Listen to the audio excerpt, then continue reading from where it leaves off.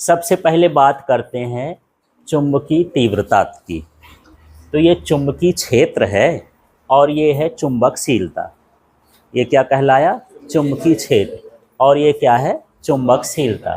तो चुंबकीय क्षेत्र और चुंबकशीलता के अनुपात को क्या कहते हैं? चुंबकीय तीव्रता। वैसे होता क्या है, जैसे मान लो इस तरह की परिनालिका होती है ना, इसमें क्या लपेटा जाता है यार? ये क्या लपेट रहा हूं मैं? काहे की तार है ये? और इसकी त्रिज्या कैसी होनी चाहिए? कम। और लंबाई क्या हो? अधिक। तो इसको परिनालिका बोलते हैं, है ना। और मैं बताया था कि यदि हमको कोई चुंबक बनाना हो तो इसी परिनालिका के माध्यम से बना लेते हैं। ऐसे घेरा बनाए और मान लो ये कोई पदार्थ है, इसको चुंबक बनाना है तो इसके बीच में डाल दिए और फिर जब बन जाएगा तब क्या करेंगे? निकाल लेंगे। तो ये जो इसकी तीव्रता है, ये जो घेरा लगाए हैं ना, ये कितना चुंबकीय क्षेत्र उत्पन्न करता है, वही क्या कहलाता है? चुंबकीय तीव्रता। ये परिनालिका के लिए चुंबकीय क्षेत्र की तीव्रता अलग है और चुंबकीय तीव्रता अलग है। कंफ्यूजन में मत रहना। चुंबकीय क्षेत्र की तीव्रता सिर्फ क्या है? बी, है ना। और इसका मात्रक टेस्ला होता है, लेकिन इसका मात्रक होता है एम्पियर प्रति मीटर होता है। ये सदिश राशि होती है और इसका जो बीमी सूत्र होता है ये होता है। ठीक, तो चलिए चुंबकीय तीव्रता की परिभाषा कर लेते हैं। क्या है ये? फिर से बोलो। चुंबकीय क्षेत्र की तीव्रता और माध्यम की चुंबकशीलता के अनुपात को चुंबकीय तीव्रता। तो बस सूत्र याद करोगे, उनका नाम ध्यान रखोगे तो परिभाषा बन जाएगी। ठीक है। और ये किसकी तीव्रता बताता है? परिनालिका के अंदर की। परिनालिका के अंदर कितना चुंबकीय क्षेत्र है, कितनी ताकत से वो चुंबकीय क्षेत्र उत्पन्न कर रहा है, वो बता रहा है। ठीक है। इसके बाद यहाँ पर मैं बात करता हूँ चुंबकन की। तो चुंबकन क्या होता है थोड़ा सा समझना। मान लो मुझे इस लोहे के टुकड़े को चुंबक बनाना है, तो चुंबक बनाने के लिए मैं क्या करूँगा? इस लोहे के टुकड़े को इसके बीच में इस तरह से डाल दिया, है ना। और मैं बोला था कि किसी चुंबक की ताकत चुंबकीय आघूर्ण से पता चलती है। जैसे किसी चीज़ का जब हमको वजन निकालना हो तो हम उसको तौलते हैं। ताप का पता लगाने के लिए थर्मामीटर का प्रयोग करते हैं। उसी तरह से यहाँ पर चुंबक का पता लगाने के लिए हम किसका उपयोग करते हैं? चुंबकीय आघूर्ण का। तो अभी लोहा है, बाहर रहेगा तो क्या चुंबक है? वो नहीं है। ठीक है। लेकिन जब हम इसके अंदर रखेंगे तो चुंबक बन जाएगा। तो जो चुंबक बनाना है तो इसके अंदर क्या उत्पन्न होंगे? चुंबकीय आघूर्ण। तो सीधा पढ़ देना है, देखना। ये बटे को क्या बोला करते हैं? एकांक। और भी माने क्या हो गया? आयतन। और ये नेट लिखा ही है। और ये m का मतलब चुंबकीय आघूर्ण। बस इनकी परिभाषा बोल देना है। तो बटे का नाम लो, एकांक आयतन में उत्पन्न चुंबकीय आघूर्ण को चुंबकन कहते हैं। ऐसा है। ठीक है। फिर से किसी पदार्थ के थोड़ा सा शुरू में जोड़ देना। क्या? किसी पदार्थ के एकांक आयतन में उत्पन्न कुल चुंबकीय आघूर्ण। ये नेट का मतलब अंग्रेजी शब्द है, इसको कुल भी लिख सकते हो। कुल चुंबकीय आघूर्ण को चुंबकन कहते हैं। जैसे मान के चलो ये पूरा आयतन है, पूरा भाग हम इसके अंदर रख दिए हैं, तो इसमें मान लो 1000 अणु रहे होंगे। कितने रहे होंगे? 1000। अब 1000 में 10 ही ऐसे हैं जो क्या बने? चुंबक बने। कुछ पदार्थ में ऐसे होते हैं कि पूरे के पूरे बन जाएंगे और कुछ पदार्थ में ऐसे होंगे एक भी न बने। जैसे मैं यहाँ पर लकड़ी डाल दूं, अब हम बोलें कि इसको चुंबक बना, इनको छोड़ेंगे, अब बाहर निकाले तो चुंबकीय आघूर्ण का पता नहीं है, तो उसका चुंबकन क्या हो गया? शून्य हो गया। ठीक है। अब मैं इसके अंदर लोहा डाला, तो जैसे लोहा डाला तो उस लोहे में मान लो 1000 अणु थे और हजारों अणु में ही क्या उत्पन्न हो गया? चुंबकीय आघूर्ण। तो वो क्या कहलाएगा? उसका चुंबकन आघूर्ण। मान लो एल्युमिनियम किए, एल्युमिनियम में 1000 अणु थे लेकिन उसमें से 500 हो गए, तो यहाँ पर क्या हो जाएगा? कुल कितना हुआ? 500। और आयतन जितना ले लेंगे आयतन हो जाएगा उसका। ठीक। थोड़ा अलग से एग्जाम्पल लूँ। ऐसे मान के चलो इतने बड़ा ये एल्युमिनियम है, इतने बड़ा यहाँ पर क्या है? लोहा है, और इतने ही बड़ा यहाँ पर मान लेते हैं क्या है? कॉपर है। ठीक है। सब में मान लेते हैं इसमें भी 1000 अणु हैं, इसमें भी 1000 अणु हैं, और इसमें भी क्या है? 1000 अणु है। ठीक। सभी का आयतन मान लेते हैं कि ये मान के चलो, यदि लीटर में नहीं तो मीटर में कर लेते हैं, ये 1 kg प्रति सेंटीमीटर क्यूब, कुछ भी लिख देता हूँ ऐसे। 1 kg है इनका, सभी का वजन कैसा है? मान लो 1 kg है। ठीक है, आयतन को केजी में नहीं करते, प्रति घन मीटर या सेंटीमीटर में होगा। अब मान लो मैं एल्युमिनियम रखा, यहाँ पर क्या रखा, एल्युमिनियम, तो 500 अणु, इसके 500 अणुओं में क्या उत्पन्न हुआ, चुंबकीय आघूर्ण। जैसे मैं इतने सारे लोगों को पढ़ा रहा हूँ, हो सकता है कुछ लोग जो है अच्छा नंबर ले आएँ, कुछ न लाएं, और कुछ जो है निकल ही ना पाएँ, ऐसी कंडीशन। इसी तरह से पदार्थ में भी हो जाता है कि किसी में चुंबकीय आघूर्ण उत्पन्न होता है, किसी में कम होता है, किसी में बिल्कुल नहीं होता है। अब इसको सूत्र लगाना है, तो इसमें नेट का मान कितना हो जाएगा, 500, और ये भी का मान कितना हो गया, 1, ऐसा। ठीक, अब मान लो मैं लोहा लिया, तो 1000 के 1000 अणु में क्या उत्पन्न हो गया, चुंबकीय आघूर्ण। तो यहाँ 1000 और बटे में क्या हो गया, 1। ठीक है, और मान लो वहां पर मैं कॉपर लिया, उसमें 200 हो रहा है, 200 अणु है तो 1000, लेकिन 1000 उसके काम के नहीं है। ठीक, 200 हो गया, तो ये 200 उसका हो गया। ठीक, जैसे स्कूलों में कभी कभी रैली होती है, अब स्कूल में 400 लड़के हैं, है ना, तो जब रैली का नाम सुनेंगे तो कोई बाथरूम में चला जाएगा, कहीं पीछे चला जाएगा, कहीं बाउंड्री में चला जाएगा, कहीं घुस जाओगे, है ना, कहीं लैब में घुस जाओगे कि हमको जाना ना पड़े।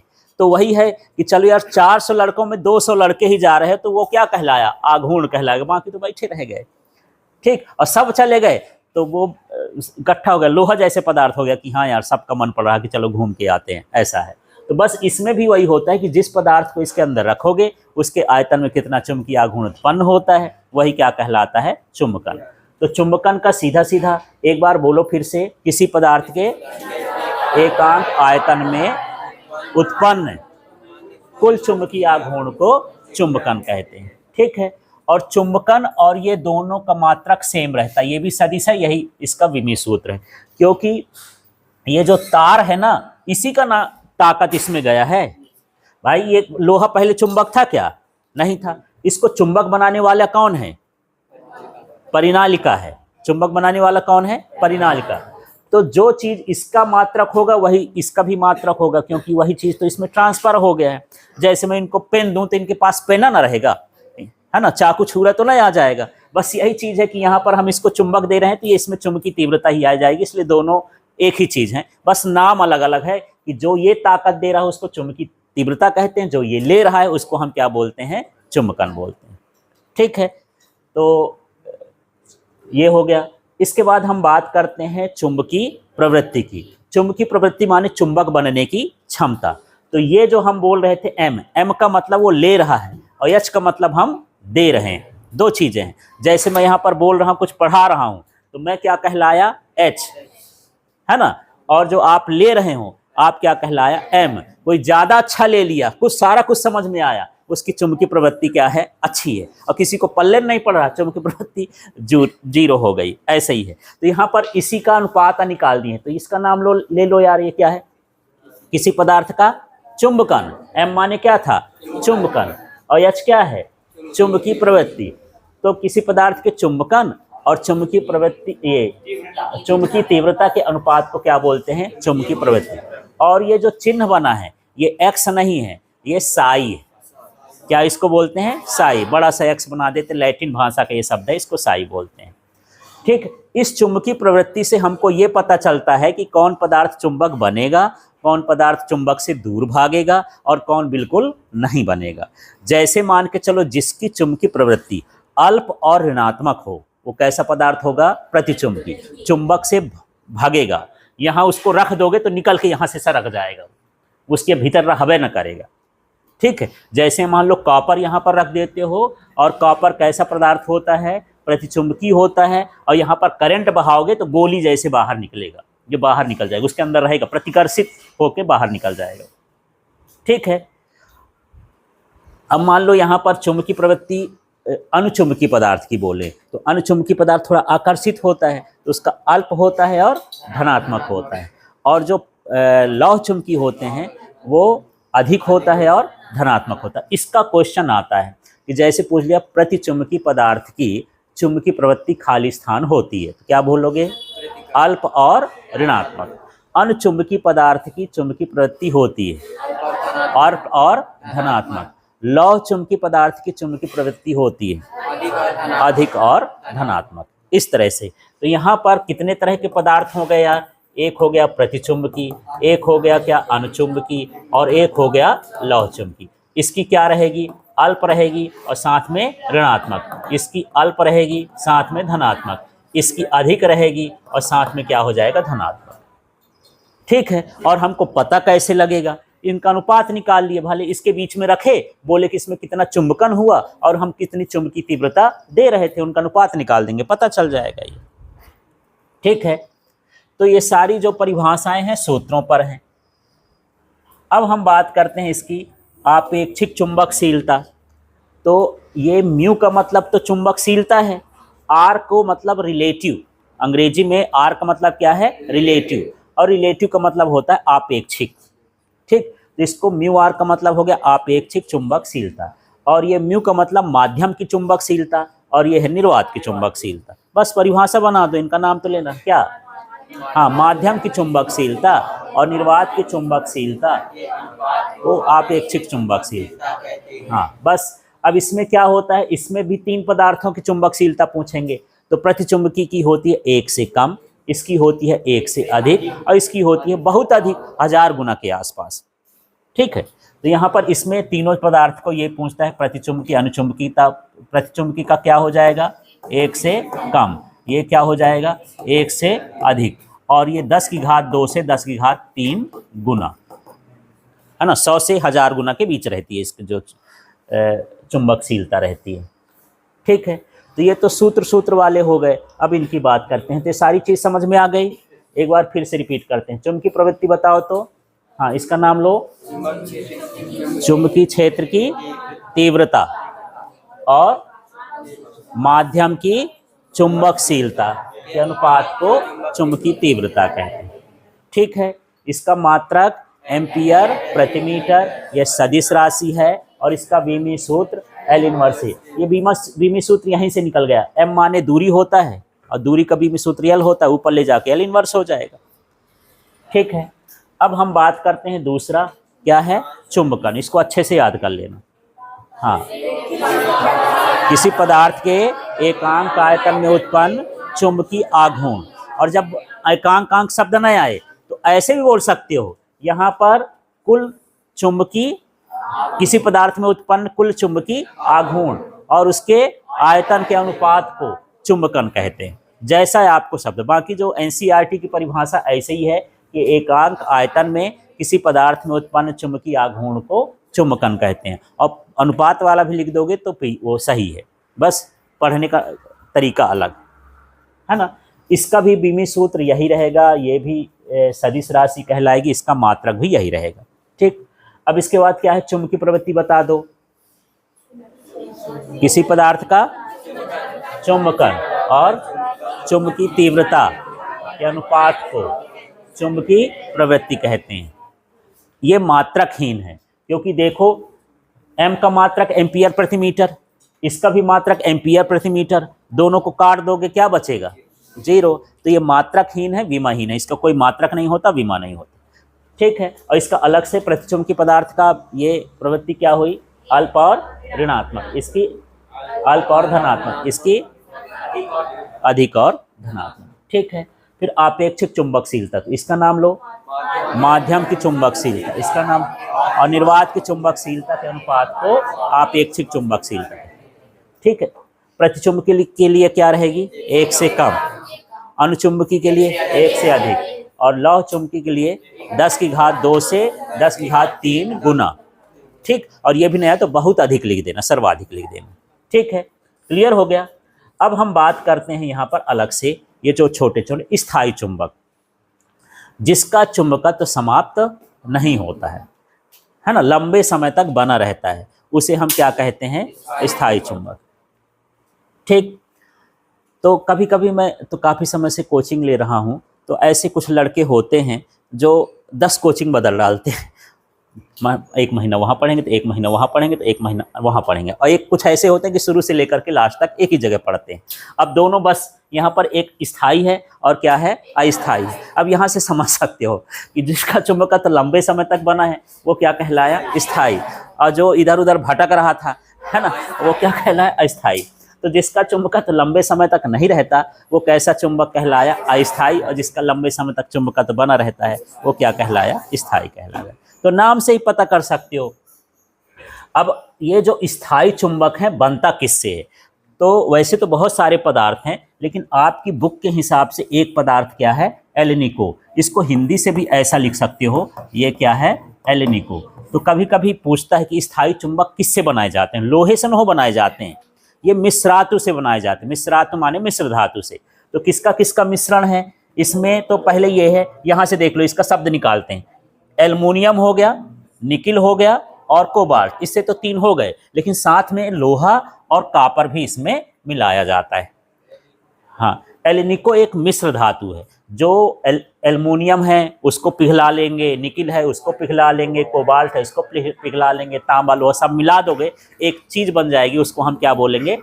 हाँ, जैसे चाय बनाते हो तो चाय पत्ती, शक्कर और दूध सब डालते हो तो फिर मिल करके इकट्ठा, फिर ढूंढोगे चाय कहाँ है, दूध कहाँ है, शक्कर कहाँ है, न मिलेगा, मिक्स हो गया। बस यहाँ पर ये सब मिक्स होके क्या बन गया? एल्निको बन गया।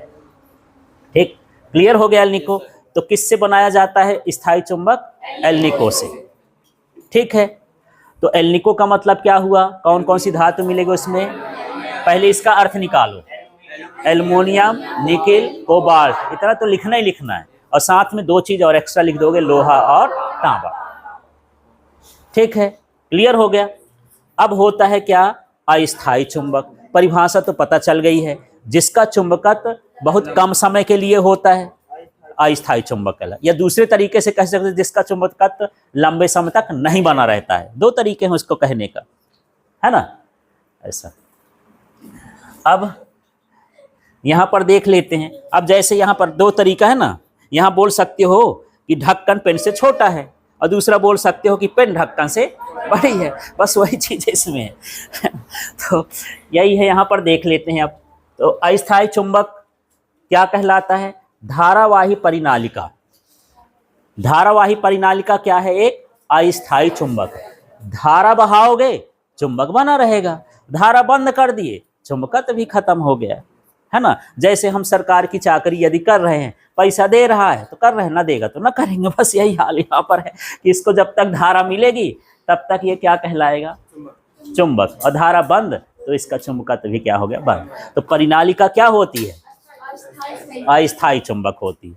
और एक अस्थायी चुंबक विद्युत चुंबक भी होता है।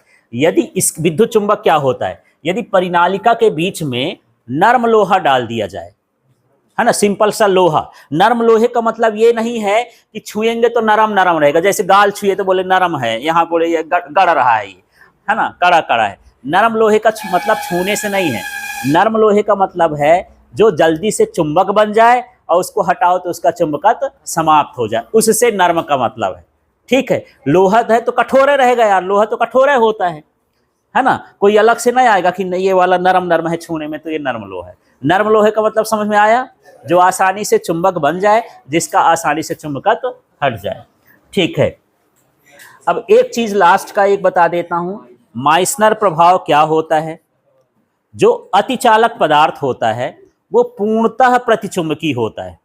अतिचालक में वो बताया था जिसकी अतिचालकता अनंत हो जाए, प्रतिरोध का मान क्या हो जाए? 0 हो जाए, ऐसे पदार्थ को क्या बोलते हैं? अतिचालक। तो अतिचालक पदार्थ का हम चुंबकीय गुण जानना चाहते कि वो अनचुंबकी है कि लौह चुंबकी है, तो क्या है? प्रतिचुंबकी। तो कैसा होता है? पूर्ण प्रतिचुंबकी होता है, खाली स्थान में भरने के लिए आता है ना? हाँ, पूर्ण प्रतिचुंबकी मतलब पूरी तरह से इनमें दूसरे गुण रहबे न करेंगे, वो हमेशा क्या रहेगा? प्रतिचुंबकी। और यदि वो उसको लोहे के पास ले जाओगे तो वो न हटेगा, लोहे को हटा देता है। ठीक है, तो यही है कि अतिचालक पदार्थ जो है प्रतिकर्षित होता है, चुंबक से क्या होता है? प्रतिकर्षित। और इसकी खोज माइसनर ने की थी, इसलिए इसको हम क्या बोलते हैं?